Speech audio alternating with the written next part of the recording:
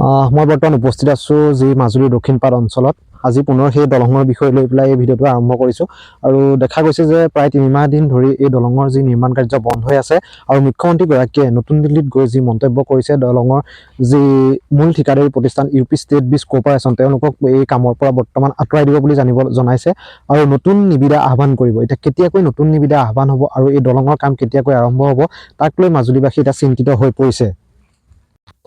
আৰু এয়াই হৈছে যোৰহাট মাজুলী সংযোগী দলঙৰ যি দক্ষিণপাট অঞ্চল, সেই দক্ষিণপাট অঞ্চলৰ দৃশ্য। প্ৰায় 30% কাম সম্পূৰ্ণ হৈছিল এই দলঙৰ আৰু এতিয়া দেখা গৈছে এনেদৰে পৰি ৰৈছে আৰু দলঙৰ যিসমূহ ৰড সেই ৰডত বৰ্তমান দেখা গৈছে মামৰ ধৰা।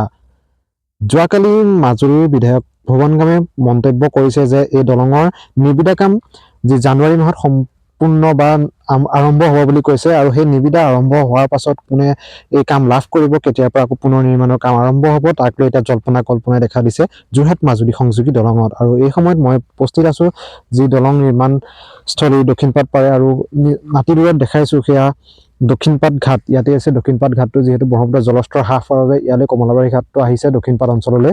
এই দক্ষিণপাটৰ পৰা এতিয়া চলিছে কমলাবাৰী নিমাতী ফেৰী সেৱা আৰু মাজত ব্ৰহ্মপুত্ৰৰ মাজত সেইসমূহ খুঁটা দেখা গৈছে। প্ৰায় কিছু সংখ্যক খুঁটা সম্পূৰ্ণ হৈ উঠিছিল যদিও এতিয়া কাম বন্ধ হৈ পৰা 3 মাহৰ পিছত এতিয়া এনেদৰেই এই খুঁটাসমূহ পৰি ৰোৱা দেখা গৈছে।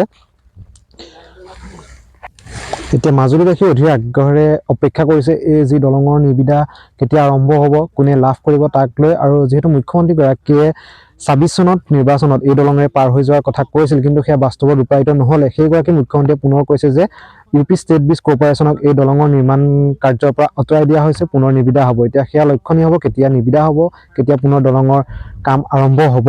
কি কয় সেই সম্পৰ্কেও দেখাম। স্থানীয় 2-এজন ব্যক্তি আছে, তেওঁলোকৰ মন্তব্য আমি জানিবলৈ চেষ্টা কৰিম।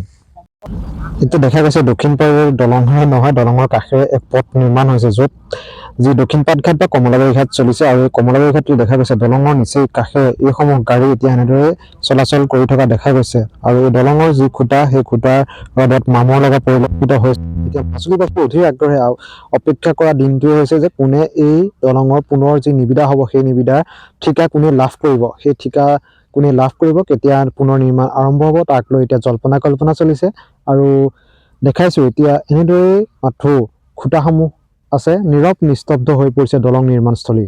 মাজেদি সেই কামটো কৰিবৰ কাৰণে তেখেতে ব্যৱস্থা গ্ৰহণ কৰিলে।